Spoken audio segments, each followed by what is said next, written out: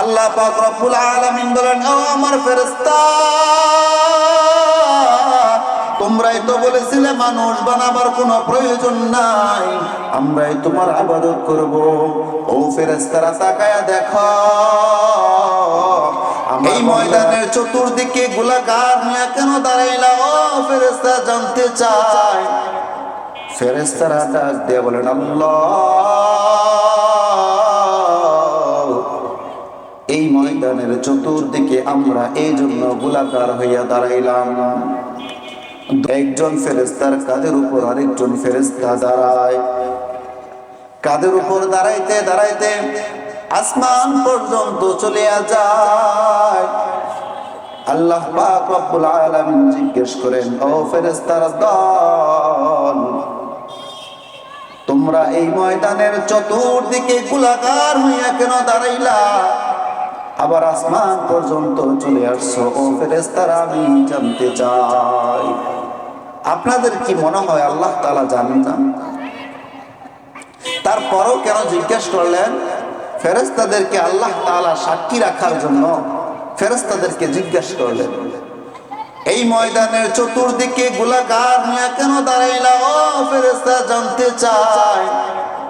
ফেরেশতারা ডাক দিয়ে বলেন, আল্লাহ,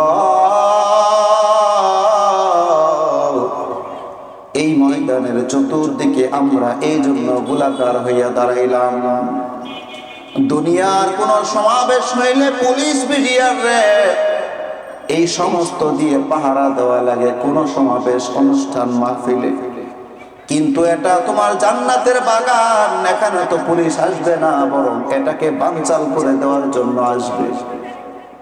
এজন্য আমরা ফেরেশতা তোমার পক্ষ থেকে আল্লাহ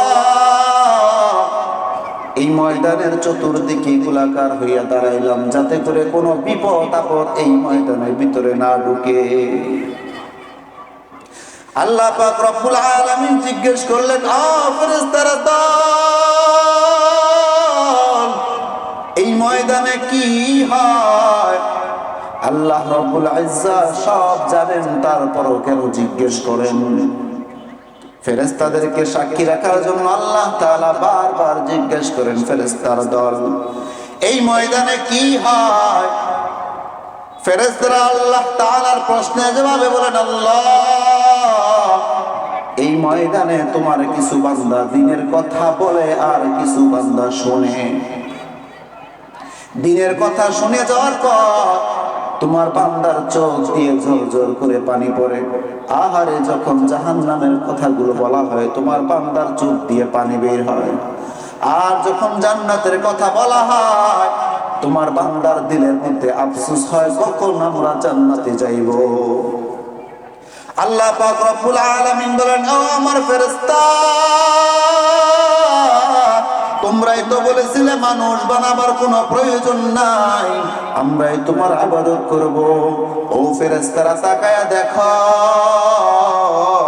আমার বান্দারা সারাদিন বিভিন্ন কাজে ব্যস্ত ছিল, কৃষি কাজে ব্যস্ত ছিল, ওই মন্দা দোকানদার দোকানদারিতে ব্যস্ত ছিল, বাদামওয়ালা বাদাম বিক্রির মধ্যে ব্যস্ত ছিল, রিকশাওয়ালা রিকশা চালানোর মধ্যে ব্যস্ত ছিল। আর সেই বান্দাগুলো সব ত্যাগ করে এই ময়দানে বসলো। ও দেখো, আমার বান্দারা আমাকে একটু স্মরণ করার জন্য বসলো।